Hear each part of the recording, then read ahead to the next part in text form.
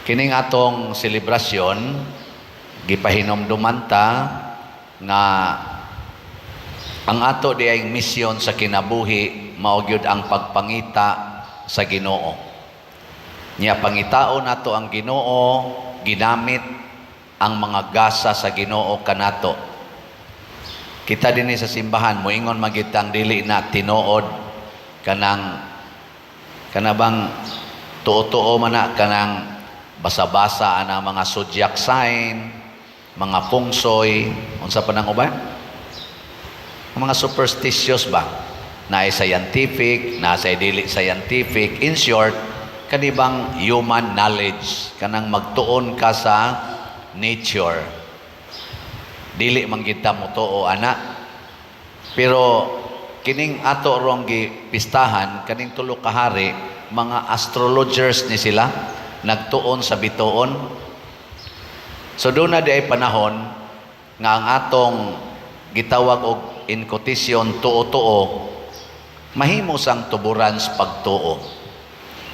Nya unsaon man na kun ang atong gigamitan sa atong knowledge kaning atong kahibalo gigamit nato pagpangitag Ginoo. Matud pa ni Saint Thomas Aquinas, Santo Tomas de Aquino, kanang Dominican priest nga philosopher o theologian, dito man ko ni graduate sa Santo Tomas sa akong theology o sa akong canon law. Ang iyang gibuhat, ang reason o ang faith iyang gitagbo. Reason o faith. Kaning kahibalo bunga na sa atong tawhanon nga rason. Ang pagtuo bunga na sa gisultis Ginoo. Nya kun ang atong rason di na gani makunik sa gisultis Ginoo o sa kabubutos Ginoo, tawgo na nato siya og evil. Gilingi ay imong tupad. Ingna ang imong rason ni kunik pa sa pagtuo. Example ha. Kay bao manggitang mo kwenta. Kwenta, rason man na.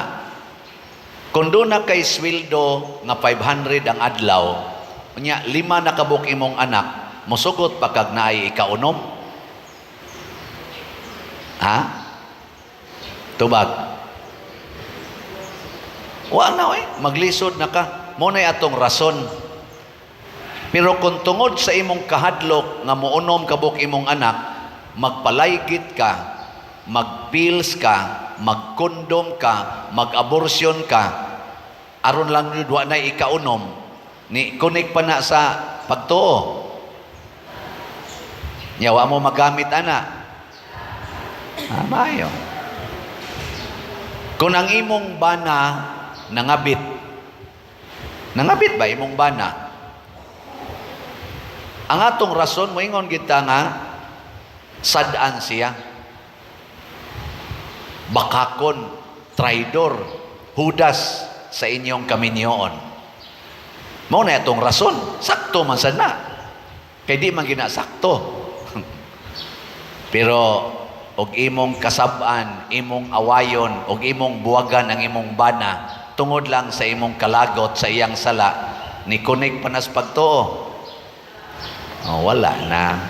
Mao na ikunik Dios pagtuo. Unsaon man? Kon 5 na kabuk imong anak sa may buhaton, ingna ang Ginoo, Lord, di na kaya. So di nami magdug sa kong asawa og bana, maglagyo mi og higda. Ana, din ami mag-sex. Ana, gitawag na og abstinence. Fasting and abstinence. Yan, ingon sa dang Ginoo, naamang go'y safe period. Na may pila na kadlaw, ang kukakibawa na, o mami magkwenta anas madre, pila na kadlaw. Kamu kamao mamuana, kanang gitawag lang natural way ba? Nga no na dili fertile period sa babae. O, kana, i-express ang inyo dihang sexual life. Nga maingon ka, di man kapugnan, Lord. No, anaw, di man ka kapugnan. Di, padayon. Kay ako rasay magbuot kung ako ba ng pakatawhon o dili. O ana. Pero muantos gyud. Muantos aron sundon ang gustos Ginoo. Mo na gibuhat sa mga astrologers. Nakita nila ang bituon ug sa ilang pagtuon simbolo kining bituona sa bag-ong hari nga maghari sa tibuok kalibutan. Unsa may gitudlo sa bituon? Biya mo sa inyong gipuy-an, baktas mo og pila ka adlaw, tuig pagay tingali, kay from east to west man sila ni travel, risko kay tanan, posible silang pamatyon sa laing mga hari, pero ni risko sila kay gisunod nila ang bituon, dili ang ilang kahadlok. Pag-ingon sa nila, pagkakita nila sa bata, giingnan silang sa Ginoo nga, giingnan mo to silang Herodes, pangita ang bata ha, nya report dayon nga rin ako. Kaya ng huna-huna ni Herodes, patyon ko gining bata ha. Pagka kita nila sa Ginoo, ni simba na sila, ni halad na sila, giingnan sila sa ilang damgo sa Ginoo, ay namugbalik ni Herodes. Gisunod ay nila ang Ginoo. Pasabot, ang atong knowledge, atong ipahaom sa Ginoo. Ako, ang akong knowledge, commerce, accounting. Ang akong experience, 8 ka tuig nga trabaho, diha ko sa bangko, banker ko.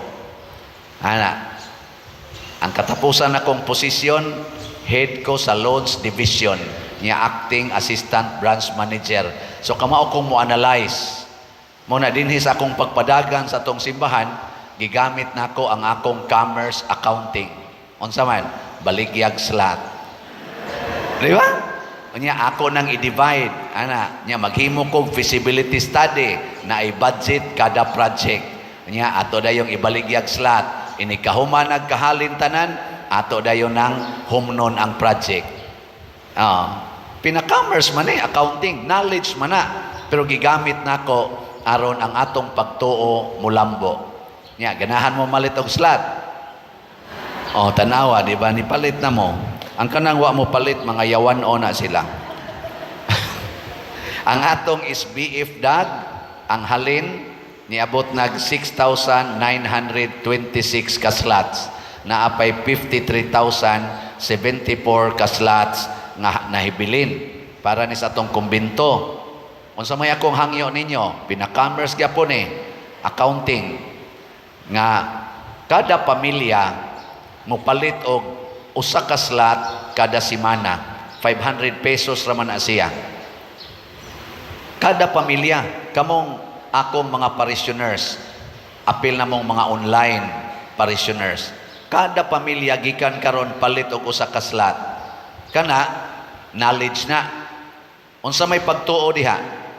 Nga kun mo palit mo usa ka slot kada semana, tagaan mo og abundant graces. Tuo mo, dili. Palit dayon. Nya mayon kapadir, pobre mami padir, galisod magimigbayad aning among utang, igo ra gyud pagkaon namo ang among budget. Ay namog pangaon. Simple kayo. Si Kristo wa mo kaon og 40 ka adlaw, 40 ka gabi. Nganoan, nagsakripisyo para sa kaluwasan sa katawhan. Di mo kasakripisyo mga 2 ka adlaw, di mo mangaon para inyong luwason ang atong simbahan. 2 ra ka adlaw, 40 ka adlaw, di mangita matay, samot na 2 ka adlaw. Nya, knowledge sad ni. Samtang di mo mangaon og pagkaon na karne, bugas, o gunsa pa diha, ang inyong kanon, kana lang mga dahon-dahon. Ngayo mo dito kamunggay sa inyong silingan, inyong pabukalan og tubig, mo na inyong kanon kada adlaw, buntag, udto, gabi 2 ka adlaw. Hanawa, unsay mahitabo? Mawagtang imong diabetes, mawagtang imong kolesterol, wagtang pang imong uric acid, malimpyo pa hasta imong cancer cells, malimpyo pa na siya. Punan pagyod sa gahom ni San Vicente Ferrer, daily abundant graces, himsog ka inighuman. Mao na nay pagtuo. Hawa, di ba wag yun mo mosunod? O niya, kay mag-celebrate man sa pista ni Santo Niño, dinis ato, ini katapusang Sabado Enero, January 27, naghimo na sa tag mga activities para mas makita nato ang batang Hesus, si Santo Niño. Unsa may ato mga activities? Manghatag na sa tag 1,000 ka 5 kilo rice ngadto sa 10 kabus nato mga pamilya kanang category D, aron maka-feel sila nga there is God. Nya ikatulo ay kaduha, naghimo tag panabang atos atong kapilya, mo na magkuntis-kuntis na sa tag sinulog sa atong mga kapilya. Kuntis-kuntis ba sinulog? Sayaw ka, nya makapremyo ka, bisag konsolasyon lang na nakay dugang pagpa-improve sa kapilya. Naghatag sa tag opportunity nga magkahiusa ang barangay level. So gimiting nato ang mga barangay officials. Ang atong pinali ika-January 27 mao ang sinulog competitions sa atong 5 ka barangay. Oh. Anong tutok man mo? Niya manghatag sa tag pagkaon o uban pa. Ang resulta akong gibana-bana moabot og mga 2 million ang atong magasto ani. Mga prices, pagkaon o mga uban pang mga honoraria. Saman, ganahan mong idayon ni o dili? O, palit na sa mong slot. Nana sa tay special slot nga ang title Healing Joy of Santo Niño. Ang mopalit ani, dunay kaayuhan, duna pagyoy kalipay. Ang sana, healing joy, makaayo nga kalipay. O, di ba?